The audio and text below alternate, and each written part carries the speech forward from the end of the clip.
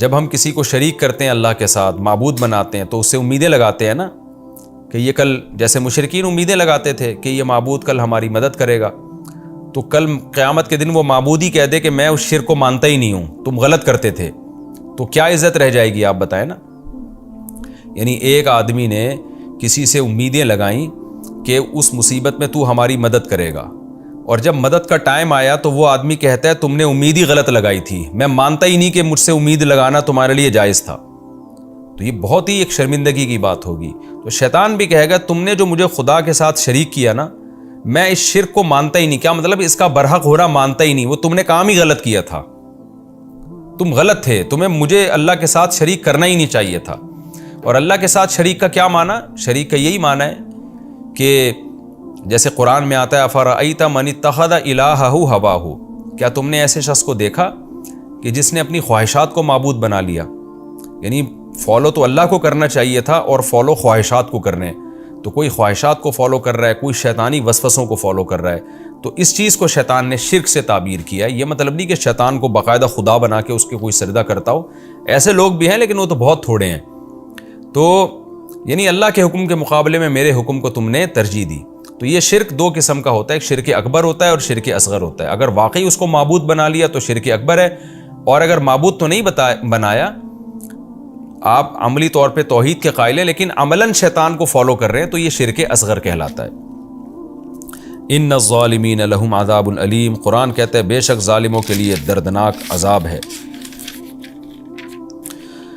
یہ تو اللہ نے ظالموں کا تذکرہ کیا۔ میں نے بتایا قرآن کی عادت ہے جہاں برے لوگوں کا تذکرہ، قرآن نیک لوگوں کے ساتھ کیا ہونے والا ہے اس کا بھی تذکرہ کرتا ہے۔ جہنم جہاں آئے گی وہاں جنت کا بھی اللہ تذکرہ کرے گا۔ اس لیے اللہ نے فرمایا وَأُدْخِلَ الَّذِينَ آمَنُوا وَعَمِلُوا الصَّالِحَاتِ، اور داخل کیے جائیں گے وہ لوگ جنہوں نے نیک اعمال، جو ایمان لائے اور نیک اعمال کیے، یعنی عقیدے کو بھی درست کیا، عمل کو بھی، انہیں داخل کیا جائے گا جنات تجری من تحتها الانہار، ایسے باغات میں جن کے نیچے نہریں بہتی ہیں، خالدین فیہا، ان باغات میں وہ ہمیشہ رہیں گے، اور یہ داخلہ ہوگا بإذن ربہم، اپنے رب کے حکم سے، لہذا اس داخلے سے کوئی روک نہیں سکتا۔ تحیتہم فیہا سلام، جب وہ آپس میں ملیں گے تو ان کا تحیہ سلام ہوگا۔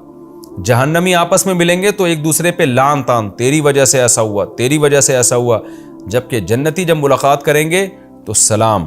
آگے اللہ تعالیٰ نے توحید اور کفر کی مثال کو ایک درخت سے تعبیر کیا ہے، بڑی خوبصورت مثال ہے کہ کلمہ توحید جو ہے نا، کلمہ توحید، اس کی مثال اس درخت کی ہے جس کی جڑیں مضبوط ہوں اور شاخیں آسمان تک پہنچ رہی ہوں، جیسے کھجور کا درخت جس کو شجرہ طیبہ کہا گیا ہے کہ آسانی سے گرایا نہیں جا سکتا اور بڑی بلندیوں تک جاتا ہے اور بہترین پھل دیتا ہے۔ تو اسی طرح کلمہ طیبہ جو ہے نا، کلمہ توحید، جس شخص کے دل میں آئے گا تو اس کی بنیاد مضبوط ہوگی اور وہ بہت بلندیوں تک جائے گا، اور اس کا پھل نیک اعمال کی صورت میں ظاہر ہوگا۔ اور مضبوط بنیاد کا مطلب یہ کہ وہ ڈاماڈول نہیں ہوگا، وہ کانفیڈنس ہوگا اس کو، اور بڑے کانفیڈنس کے ساتھ وہ اچھے اعمال کرے گا۔ جبکہ شرک جو ہے نا، شرک، کیونکہ اس کی کوئی بنیاد تو ہے نہیں، دلیل تو ہوتی نہیں مشرک کے پاس، لہذا اس کی مثال اس خبیث درخت کی ہے جس کو عربی میں حنظل کہتے ہیں نا، اس کو خبیث درخت کہا جاتا ہے۔ بہت کڑوا ہوتا ہے وہ، اور صحت کے لیے نقصان دہ بھی ہوتا تھا، اور اس کی جڑیں بہت کمزور ہوتی تھیں، یعنی بالکل اوپر ہوتی تھیں، ذرا سا ہاتھ لگاتے تھے درخت پورا اکھڑ کے گر جاتا تھا۔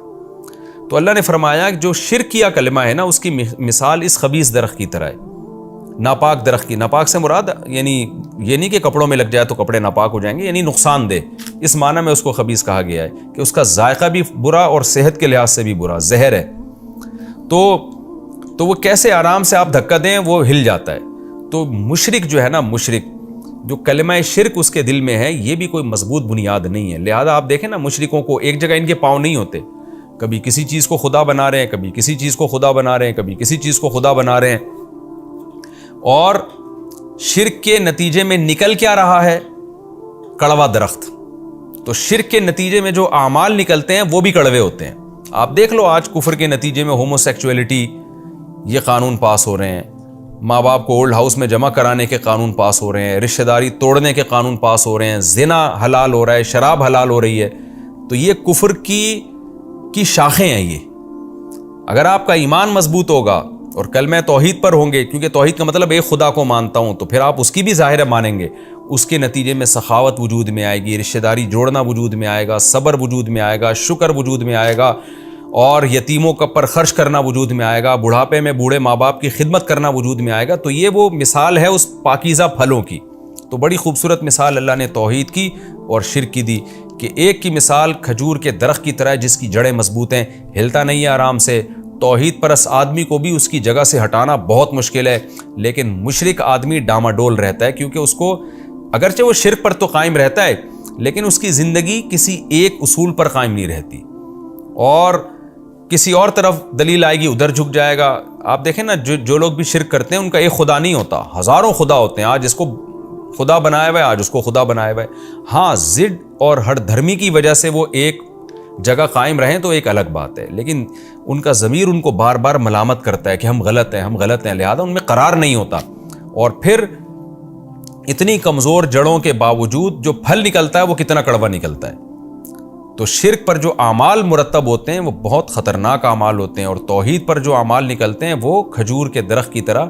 اللہ نے مثال بھی دیکھیں کھجور، کیونکہ حدیث میں آتا ہے کہ یہاں شجر طیبہ سے مراد جو ہے نا کھجور کا درخت ہے، تو اللہ نے مثال بھی ایسی دی ہے، کیونکہ کھجور کا جو پھل ہے نا وہ ایسا پاکیزہ پھل ہے کہ ہر لحاظ سے وہ انسانی صحت کے لیے مفید ہے، یعنی وہ ایک مکمل غذا ہے کہ اس میں منرلز بھی آپ کو ملیں گے، اس میں کاربوہائیڈریٹ بھی آپ کو بہترین والا کاربوہائیڈریٹ ملے گا، یعنی وہ ذائقے کے لحاظ سے بھی اور طاقت کے لحاظ سے بھی ایک جامع قسم کا اللہ نے پھل پیدا کیا ہے۔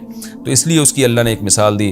اللہ فرماتے الم تر کیف ضرب اللہ مثلا کلمۃ طیبۃ، کیا تم دیکھتے نہیں ہو اللہ کلمہ طیبہ یعنی لا الہ الا اللہ، کلمہ توحید کی مثال دیتا ہے، کشجرۃ طیبۃ، کہ وہ ایک پاکیزہ درخت کی طرح ہے، اصلھا ثابت، جس کی جڑیں مضبوط ہیں۔ تو کلمہ طیبہ جو ہے نا توحید، اس کی بیس یہ بھی بڑی مضبوط ہے، کیونکہ دلائل ہے نا اس پہ، تو جو چیز دلیل سے ثابت ہوتی ہے وہ مومن کے دل میں بہت مضبوط مقام بنا لیتی ہے۔ اور اللہ نے فرمایا وَفَرْعُهَا فِي السَّمَاءِ، اور اس کی شاخیں آسمانوں میں۔ تو کلمہ توحید کی بیس پر جو عمل ہے وہ اوپر کی طرف جاتے بھی ہیں، یعنی اللہ کی ہاں ان کو مقبولیت بھی حاصل ہوتی ہے، اور وہ ایسے پھیلتے بھی ہیں، اور نکلتا کیا ہے کھجور جیسا پاکیزہ پھل۔ تو یعنی ان پہ جو اعمال مرتب ہوتے ہیں اس کلمہ توحید پر، وہ اعمال بھی بہت اچھے اور اعمال بھی بہت زیادہ ہوتے ہیں۔ کیوں؟ تُؤْتِي أُكُلَهَا كُلَّ حِينٍ، ہر دفعہ وہ درخت پھل دیتا ہے۔ تو مومن جو ہے نا، جو توحید پرست ہوتا ہے، اس کی نیکی اور اس کے اچھے اعمال بھی بار بار اس کے جسم سے نکلتے ہیں، بِإِذْنِ رَبِّهَا، اپنے رب کے حکم سے۔ وَيَضْرِبُ اللَّهُ الْأَمْثَالَ لِلنَّاسِ، اللہ یہ مثالیں لوگوں کے لیے بیان کرتا ہے، لَعَلَّهُمْ يَتَذَكَّرُونَ، شاید ان کو نصیحت حاصل ہو جائے کہ توحید پرست بننا چاہتے ہو یا مشرک بننا چاہتے ہو۔ تو توحید پرستوں سے یہ چیزیں، یہ اعمال نکلتے ہیں، اور مشرکوں سے کیا توہم پرستی نکلتی ہے۔ وَمَثَلُ كَلِمَةٍ خَبِيثَةٍ، اور خبیث کلمہ جس کو حنظل کا درخت کہا جاتا ہے، کڑوا، اس کی مثال، کلمہ خبیث سے مراد شرکیہ کلمہ، جو اس میں تمام قسم کے شرکیہ کلمات آ گئے، ان کی مثال ہے کشجرۃ خبیثۃ، اس خبیث درخت کی طرح ہے، اجتثت من فوق الارض، جس کو اکھاڑ دیا جائے اوپر ہی سے، کوئی گڑھا کھودنے کی بھی ضرورت نہیں ہے، کوئی بھی اس سے ٹکرا جائے تو وہ اکھڑ کے گر جاتا ہے نیچے۔ ما لہا من قرار، جس کو کوئی قرار سرے سے ہے ہی نہیں۔ یثبت اللہ الذین آمنوا، اللہ ثابت قدم رکھتا ہے ایمان والوں کو، بالقول الثابت، اس قول کے ذریعے جس کی جڑیں مضبوط ہیں، یعنی کلمہ توحید لا الہ الا اللہ، اس قول کے ذریعے اللہ مومنین کو ثابت قدم رکھتا ہے، فی الحیات الدنیا، دنیا میں بھی، و فی الآخرہ، اور آخرت میں بھی۔ کیا مطلب؟ دنیا میں بھی وہ ڈگمگاتے نہیں ہیں، وہ کانفیڈنٹلی بہت سارے کام کرتے ہیں، صحیح کام کرتے ہیں، تو یہ ان کو جو موٹیویشن ملتی ہے یہ توحید کی وجہ سے، کیونکہ ان کے سامنے ایک معبود ہے، اسی کو راضی کرنا ہے، تو اچھے کام کرتے چلے جاتے ہیں، کیونکہ ایک خدا جب ہوتا ہے نا اور ایک مالک ہو تو آپ اچھے کام کنٹینیو کرتے چلے جاؤ گے، بھائی اسی کو خوش کرنا ہے، تو جو وہ کہتا جا رہا ہے آپ کرتے چلے جاؤ۔ ہزاروں خدا تو آپ کو کیا پتا یہ کیا چاہتا ہے اور وہ کیا چاہتا ہے۔ تو اللہ دنیا میں بھی ثابت قدم رکھتے ہیں اور آخرت میں بھی۔ کیا مطلب؟ آخرت میں جب عذاب دیکھ کے لوگوں کے قدم ڈگمگائیں گے تو توحید پرست لوگوں کو اللہ اس عذاب سے محفوظ رکھے گا۔ اور حدیث میں اس کی تفسیر جو آئی ہے احادیث میں، وہ یہ کہ اللہ کلمہ توحید والوں کو قبر میں بھی ثابت قدم رکھتا ہے، منکر نکیر کے سوال جواب کے لیے، وہاں بھی ان کو صحیح جواب دینے کی توفیق ملتی ہے، میدان حشر میں بھی ان کو صحیح جواب دینے کی توفیق ملے گی۔ وَيُضِلُّ اللَّهُ الظَّالِمِينَ، اور اللہ ظالموں کو گمراہ کرتا ہے۔ ظالم سے مراد مشرک لوگ، وہ گمراہ ہو جاتے ہیں۔ وہ گمراہ کا مطلب روزانہ ان کی گمراہی میں اضافہ ہوتا چلا جاتا ہے۔ آپ دیکھ لیں آج دنیا میں یہ قرآن کی آیتیں بالکل ایک واضح ثبوت ہیں جو دنیا کے حالات ہیں۔ عقل پرست لوگ جو توحید کو نہیں مانتے، اسلام کو نہیں مانتے، کیسے کیسے قوانین پاس کر رہے ہیں، ان کی گمراہی میں روز بروز اضافہ ہوتا چلا جا رہا ہے۔ وَيَفْعَلُ اللَّهُ مَا يَشَاءُ، اللہ جو چاہتا ہے کر گزرتا ہے۔ تو اللہ کی یہ قدرت ہے کہ توحید پرستوں کو ثابت قدم رکھتا ہے اور شرک کرنے والوں کو اللہ گمراہی کی طرف لے جاتا ہے۔ یہ بھی ہمارا رکوع الحمدللہ کمپلیٹ ہو گیا۔ اس رکوع میں اللہ تعالیٰ نے ہمیں شیطان کے بارے میں کہ شیطان ٹھیک ہے انسان کو گمراہ کرتا ہے لیکن زبردستی نہیں کر سکتا شیطان، تو آخرت میں تم شیطان کو ملامت کرو گے اور شیطان تمہارا مذاق اڑائے گا۔ وہ کہے گا میں نے تم پر کوئی زبردستی تھوڑی کی ہے، اللہ نے تمہیں بلایا، اس کی دعوت تم نے سنی نہیں، میں نے بلایا، تم میری دعوت پر لبیک کہہ کے آ گئے۔ اور یہ ایمان والوں کے لیے جنت کا تذکرہ اللہ نے کیا، اور کلمہ طیبہ کی مثال شجرہ طیبہ سے دی، اور شرک کی عقیدے کی مثال شجرہ خبیثہ سے دی۔